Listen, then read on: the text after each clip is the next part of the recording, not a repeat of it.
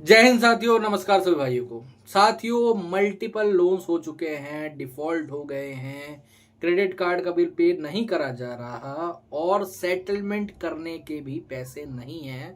तो आपको क्या करना चाहिए, किस तरीके से इनको हैंडल करा जाता है और क्या क्या ज़रूरत आपको पड़ सकती है कि अगर आपके पास सेटलमेंट का भी अमाउंट ना हो तो।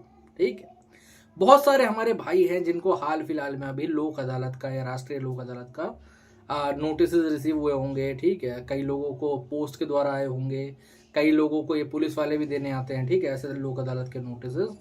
तो आदमी बोलता है कि सर सेटलमेंट की तो बात ये लोग कर रहे हैं, मेरा लोन भी डिफॉल्ट हो गया है, या फिर मेरे को अब ऑफर भी आने लगे हैं, 20% में बोलते हैं, 15% में बोलते हैं, बट मेरे लोन्स इतने ज़्यादा है कि मेरे पास पैसे एक्चुअली में है ही नहीं। ठीक है, या फिर मैं अभी डिफॉल्ट करूंगा तो मुझे पता है कम से कम मुझे साल 1.5 साल लग जाएगा पैसे जोड़ने में और आगे चल के सेटलमेंट करने में। तो तब तक मुझे क्या करना पड़ सकता है, और अगर मैं सेटलमेंट नहीं करूंगा तो बैंक मेरा क्या कर सकता है। आज इसी के बारे में बात करेंगे, इसी के बारे में आप लोगों को समझाएंगे। ठीक है, तो दोस्तों वीडियो शुरू करने से पहले मैं आप सबका हर्ष कुमार आपके अपने चैनल लोन डिस्टॉर में आपका स्वागत करता हूँ। लोन संबंधित कोई भी दिक्कत परेशानी है, कोई प्रॉब्लम है, कॉल ज़्यादा आ रहे हैं, विजिट ज़्यादा हो रही है, कॉल रुकवाना चाहते हो, विजिट रुकवाना चाहते हो, कोई लीगल नोटिस आया, फिर ऐसे कोई भी प्रॉब्लम है, ऊपर नंबर आ रहा, व्हाट्सअप पर मैसेज कर सकते हो। ठीक है, व्हाट्सअप के माध्यम से हमसे जुड़ सकते हो। और अगर ये जानना चाहते हो कि आपके एरिया में, आपके जो जगह है वहाँ पर आपके एनबीएफसी या फिर बैंक की होम विजिट होती है या फिर नहीं होती है, तो आप सिंपली मुझे कमेंट सेक्शन में अपनी एनबीएफसी या फिर बैंक का नाम लिख सकते हो और वहाँ पर अपने स्टेट का नाम और अपने एरिया का नाम डाल दीजिएगा। मैं आपको बता दूंगा वहाँ पर होम विजिट होगी कि नहीं होगी। ठीक है, अब सबसे मेन चीज़ पे आ जाते हैं कि अगर सेटलमेंट का भी पैसा ना हो तो आपको क्या करना चाहिए। तो ये बहुत ज़्यादा भाइयों का सवाल है और मैं इसका एक ही आंसर जवाब दे सकता हूँ कि अगर आपके पास सेटलमेंट के भी पैसे नहीं हैं तो आपको सेटलमेंट करने की कोई ज़रूरत नहीं है। जी हाँ, बहुत सारे ऐसे भाई हैं जिनके पास सेटलमेंट के भी पैसे नहीं होते, बट वो लोग क्या करते हैं, वो लोग अपने आस पड़ोसी से पैसा उधार लेके या फिर कहीं से ब्याज पे पैसा लेके। ठीक है, क्योंकि बहुत सारे लोग आज के टाइम पे ब्याज पे पैसा देते हैं। ठीक है, तो उन पे प्राइवेट फाइनेंसर्स पे ब्याज पे पैसा लेके फिर अपने लोन की सेटलमेंट करते हैं। आप लोगों को मैं बताना चाहूंगा कि आप एक लोन के जाल से निकल के ना दूसरे लोन के जाल में फंस गए हो।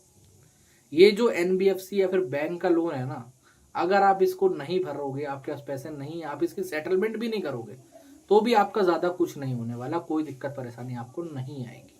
ठीक है, होगा कैसा, ज्यादा रिकवरी की बातें रही तो रिकवरी जो कॉल्स है वो आप नहीं भी उठाओगे तो चलेगा, कोई दिक्कत नहीं है। होम विजिट वगैरह कंप्लेंट्स करने से रुक जाती हैं। ठीक है, और रही बात क्या कहते हैं आगे कोर्ट केसेस, जो आप लोग डरते हो बहुत ज़्यादा, वो कुल मिला के 100 में से 2-4 लोगों पे होता है, उस पर इतना डरने की जरूरत नहीं है। अगर हो भी जाता है, सेम डे बेल ऑफेंस है, आपको बेल मिल जाएगी सेम डे, आपको आगे वो केस चलता रहता है, सालों साल चलता है, कोई प्रॉब्लम नहीं होती उसमें। ठीक है, ओके। बट आप लोग जो अपने ऊपर मल्टीपल और जाल फंसा लेते हो ना, ये बहुत बड़ी दिक्कत है। ऐसे ही एक हमारे सब्सक्राइबर थे, ठीक है, कर्नाटक बेंगलोर में। ओके, उन्होंने बताया था कि सर मैंने 5 लोनों की सेटलमेंट करवाई। ओके, 30% पे, 35% में खुद से करी सेटलमेंट। तो मैंने पहले उन्हें बताया कि आपने ज़्यादा परसेंटेज पे करी। कह रहे सर मैं डरा हुआ था, मेरे मन में पता नहीं क्या क्या चीज़ें चल रही थी, तो मैं समझ में मेरे कुछ आया नहीं। रिकवरी एजेंट मुझे बताता गया कि भाई साहब इससे नीचे नहीं हो पाएगा, तो मैंने उतने में कर ली। अब दिक्कत क्या आ रही है कि मैंने प्राइवेट फाइनेंसर से ब्याज पे पैसा लिया था लमसम सेटलमेंट का, 2-2.5 लाख रुपए उनका सेटलमेंट का उन्होंने लिया था प्राइवेट फाइनेंसर से। अब उसका ब्याज मुझे मारा जा रहा है, दिक्कत हो रही है बहुत ज़्यादा, क्योंकि उसके ब्याज ज़्यादा, उसका ब्याज तो आप रोक नहीं सकते। अब उसका ये है नहीं कि क्योंकि किस्त बंदी होगी, उसका सिर्फ ब्याज जा रहा है और ऊपर पैसा पर चढ़ा ही रहा है। तो कह रहा सर मैं उससे डबल लमसम उसको दे चुका हूँ, मेरे समझ में नहीं आ रहा मैं क्या करूँ। तो मैंने उनको तरीका बताया, उनको समझाया, ठीक है, कि आपको क्या क्या चीज़ें करनी पड़ सकती हैं और क्या क्या वो रहेगा। तो वो आगे अपने लोन को सेटलमेंट के बारे में नहीं बात कर रहे थे। उन्होंने बोला कि अब मैं पहले प्राइवेट फाइनेंसर का क्लियर करूंगा, उसके बाद जो बाकी लोन्स बचे हुए उनकी सेटलमेंट का देखूंगा, या फिर नहीं भी करूंगा, कोई ज़रूरी नहीं है।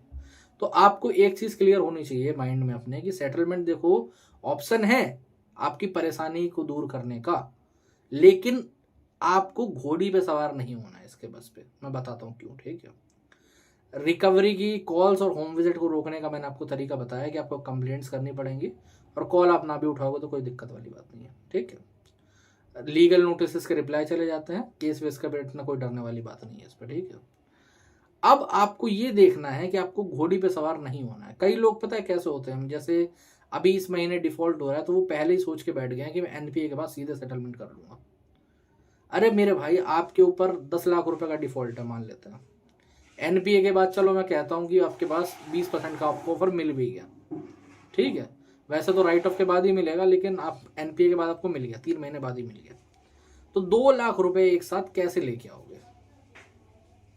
आपके पास, मैं गारंटी से जानता हूँ, पैसे थे नहीं, ठीक है, 2 लाख रुपए तो कहीं से नहीं हो सकते, और जब नहीं होंगे 2 लाख रुपए तो आप कहीं ना कहीं से लेके ही आओगे। अगर 2 लाख रुपए आपके पास होते तो आप किस्त भर रहे होते, अभी आप अभी सेटलमेंट के बारे में नहीं सोच रहे होते। कम से कम सेटलमेंट राइट ऑफ के बाद क्यों करनी चाहिए, मैं ये भी बता देता हूँ। पहले तो राइट ऑफ को कम से कम 9 महीने हो जाते हैं डिफॉल्ट को, ठीक है, और कोई भी आम इंसान 9 महीने में पैसा जोड़ सकता है सेटलमेंट के रिगार्डिंग। अगर 10-10 हजार रुपए भी जोड़ेगा तो 90,000 रुपए हो जाएंगे, 90,000 में 1-2 लोन छोटे छोटे निकल जाएंगे, ठीक है, या फिर चलो छोटे छोटे लोन नहीं निकलेंगे तो जो बड़ा लोन होगा कोई एक आधा, जिसपे मान लेता कोई केस फाइल हुआ होगा या कुछ हुआ होगा, तो आप उसको क्लियर कर सकते हो एज अ वहीं खत्म करनी, ठीक है, कि आपको बेल लेने की जरूरत ना पड़े या फिर कुछ और ना हो। ओके, आप पैसा जोड़ो, आप ये मत सोचो कि भाई साहब मैं 6 महीने बाद करूंगा सेटलमेंट तो कहीं से पैसा आ जाएगा, आप फिर वही करोगे, कहीं से उधार लोगे। उधार वाले 1 महीना देख लेगा, 2 महीना देख लेगा, या ब्याज पे लेके आओगे, ब्याज तो भाई साहब चढ़ता ही जाएगा। तो इसीलिए मैं बोलता हूं कि जो जितने भी अनसिक्योर लोन है आप डिफॉल्ट कर रहे हो, आपके पास पैसा नहीं है, नहीं करनी सेटलमेंट, मत करो, कोई जरूरी नहीं है, बट ये जालों में और मत फंसो। 10 ही लोग आते हैं हमारे पास, बताते हैं कि सर सेटलमेंट करी थी, सेटलमेंट के चक्कर में यहां से पैसा लिया, अब साला वो और बढ़ गया मेरे ऊपर। वो ये वाला लोन तो ठीक था, वो तो ज्यादा परेशान करता, उसकी तो आप कभी कंप्लेंट भी नहीं कर सकते, दिक्कत ये लीगलाइज तौर पे, क्योंकि फिर आपको अगर करनी होगी तो आपको कहीं पुलिस कंप्लेंट फाइल करनी पड़ेगी, कुछ और करनी पड़ेगी, वो आप पे होगी नहीं, सीधी सी बात है ना। तो इसीलिए आपको अगर सेटलमेंट करनी है तो कम से कम, अगर आपको लगता है कि भाई साहब मैं साल बर्बाद भी कर पाऊंगा, तो साल बर्बाद ही मुँह खोलिए, साल बर्बाद ही सेटलमेंट की बात करिए। आप उससे पहले खाली कंप्लेंट्स करिए, उससे पहले रिकवरी रोकने पे ध्यान दीजिए, ठीक है, जो प्रोसीजर रहता है।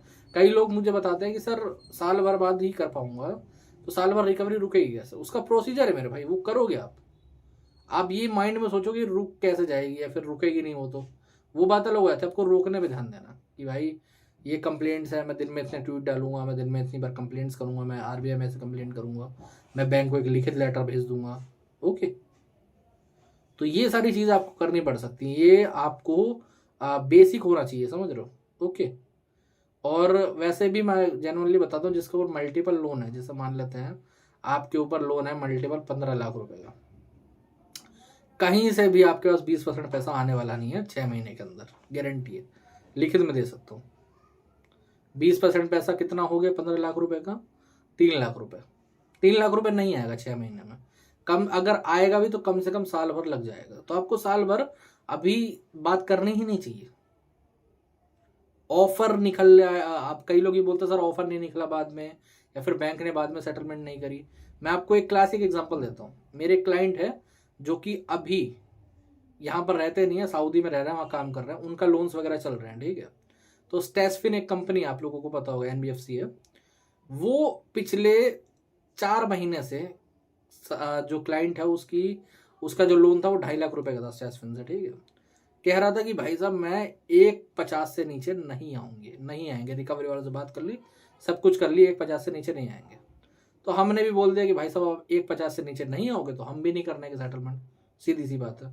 वरना क्लाइंट पहले राजी था कि वो 50,000 में या 60,000 रुपए में उसको क्लियर कर देगा जैसे भी करके, ठीक है, लेकिन वो मानने को तैयार नहीं था। कल वाले दिन ऑफर आया है 51,000 रुपीज का, और इस बार क्लाइंट को मैंने मना करा है कि अब आप एक काम करिए, अब आप 3-4 महीने और रुक जाइए, ये आराम से 30,000 रुपए में हो जाएगा सेटलमेंट, इसका 20,000 और गिर जाएगा। तो पेशेंस आप जितना रखोगे आपकी सेटलमेंट उतनी ही बढ़िया होगी। अब क्लाइंट ये भी तो कर सकता था कि यार वो बोलता है नहीं क्लियर करते हैं, खत्म करते हैं, 1.5 लाख की जगह पे एक काम करो 1 लाख में कर दो, मैं करवा दूंगा।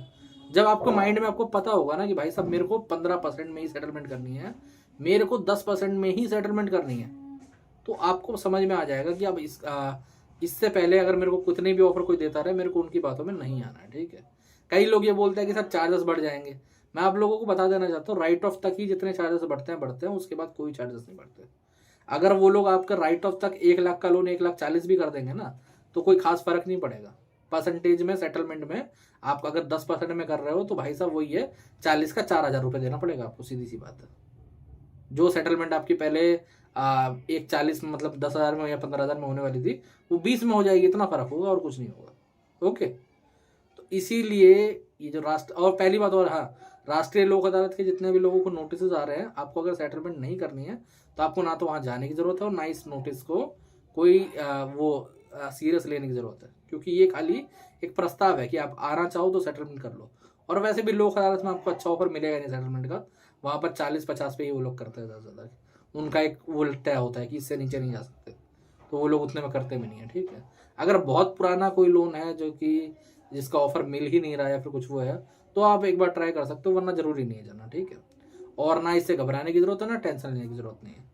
कई रिकवरी वाले बोलते हैं कि आपका लोक अदालत का नोटिस आया था, अगर वहाँ सेटलमेंट नहीं करोगे तो आगे कभी सेटलमेंट नहीं होगा। ऐसा कुछ नहीं है, लोक अदालत साल में 4 बार लगती है। ठीक है, तो डरने घबराने की जरूरत नहीं, टेंशन फ्री हो रहो। ठीक है, हर क्वार्टर में लगती है, हर क्वार्टर में आप चाहो तो जा सकते हो, नहीं चाहो तो मत जाओ, कोई जरूरी नहीं है। ठीक है, और वैसे भी मैं मना करता हूँ, सेटलमेंट जितना आप हो सके तो ऑनलाइन वे में करो, उतना बढ़िया रहता है। ठीक है, तो साथियों आज के वीडियो में इतना ही। अगर वीडियो अच्छा लगा हो तो चैनल को सब्सक्राइब कर लेना, और अगर हमसे जुड़ना चाहते हो ऊपर नंबर आ रहा है, व्हाट्सएप पर मैसेज कर सकते हो। ठीक है, जय हिंद।